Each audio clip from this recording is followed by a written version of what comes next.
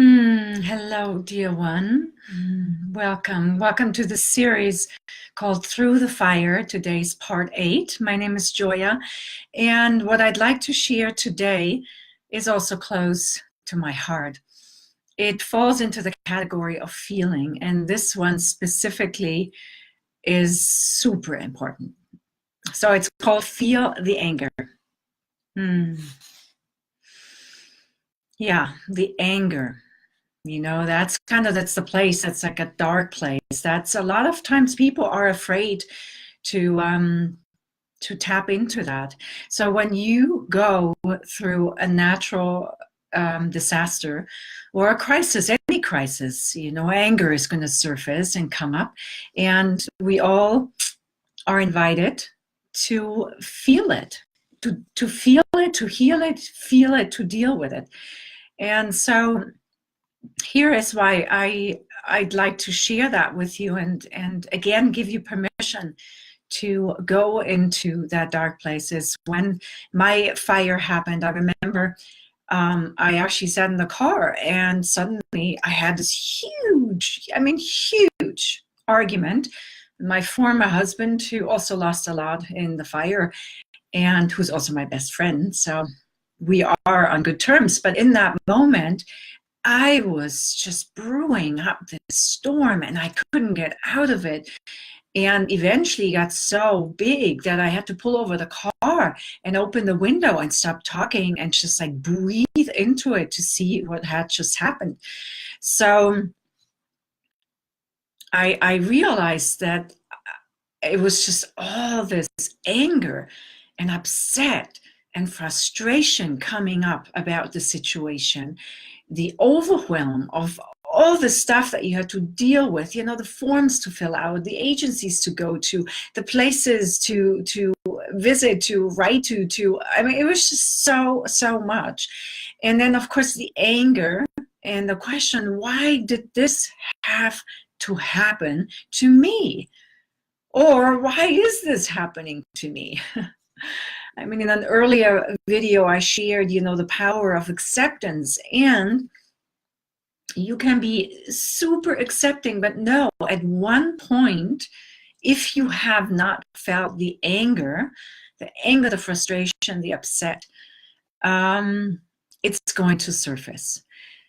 And when it does, a lot of times it happens it happens when you're not by yourself. It happens because somebody says something, you get triggered and you blow up and you start projecting and you start blaming and you start venting. I mean, however, or ranting, however it shows up for you. So it's going to happen. And you know what? It's so beautiful when it happens. I know it can be such a powerful energy, anger and rage. And we all, everybody, especially now these days, everybody is invited to feel their anger. It's so important. And I say that, feel it in a very self-responsible way, where again, you're not blaming, projecting, venting, or, you know, pointing the finger at others, yet you find a place where you come back inside of yourself. And I'm going to share in a moment, you know, one exercise that I have found very, very helpful. And so the reason why it's so important to feel the anger is, if you don't, it's not going to go away. It actually starts building and magnifying. And then a lot of times it gets, you know, sent towards somebody else who goes like, whoa, what's happening? And if that person is in a bad place, you know, suddenly you are like in this explosion of reactions, instead of saying, whoa, you know, let me come back to me. This seems to be mine. And how can I be with that? Yeah, I'll take a deep breath on that one.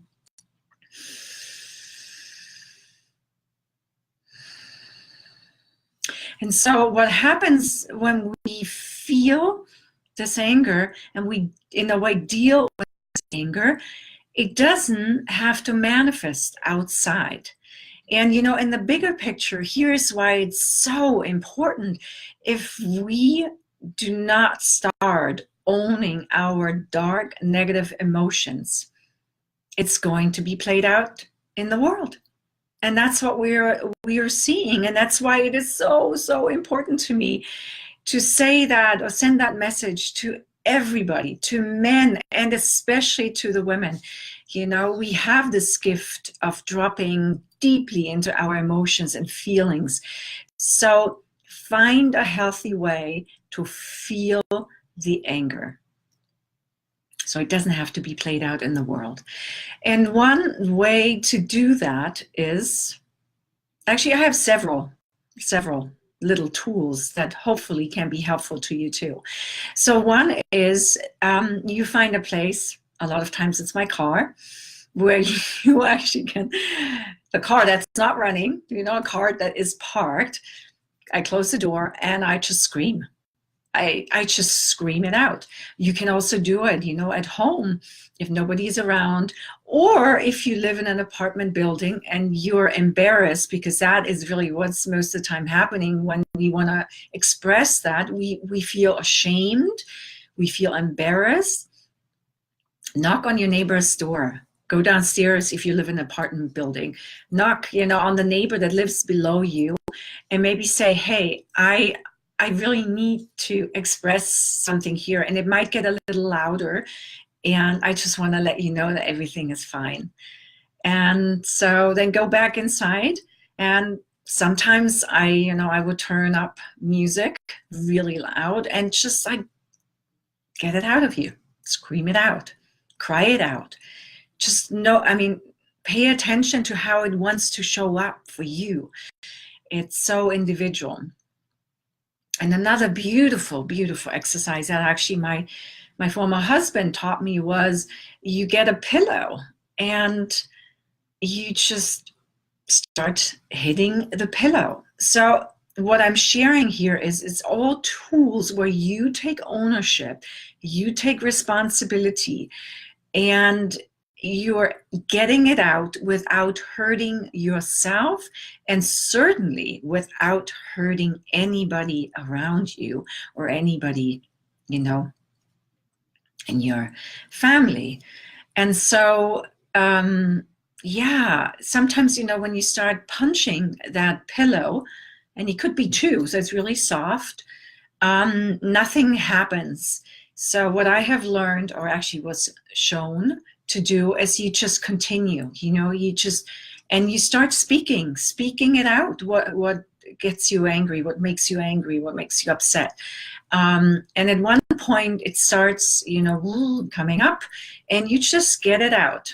So that's another exercise. And then another tool is you actually you send it out, but it's important that you're not doing it with a fist, because you don't want to hurt your hands or your arms, but you're like, you're getting your, like this movement, you're getting it out.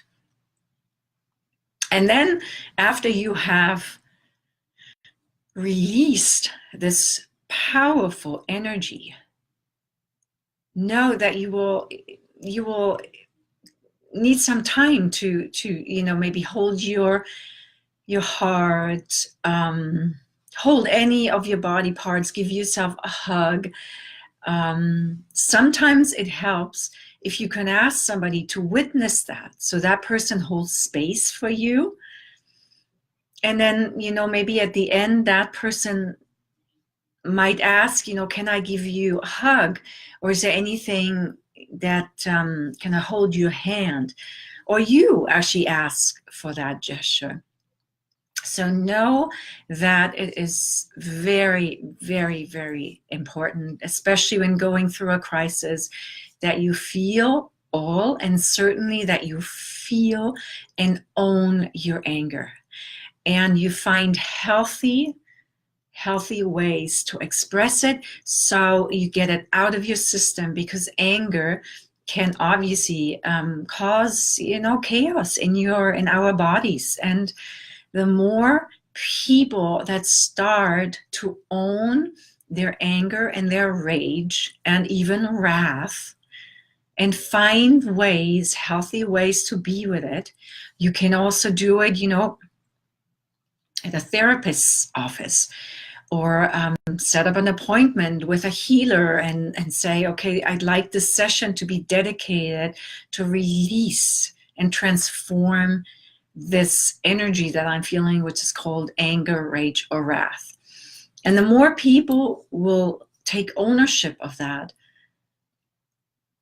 it's going to make a difference in the world,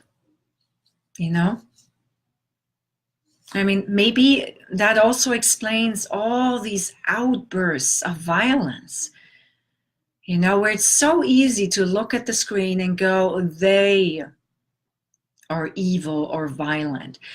And I'm inviting you to start with yourself. Like, as much as I can, be aware, own that anger, find a good, a healthy way to release it, to transform it. So it, you send it,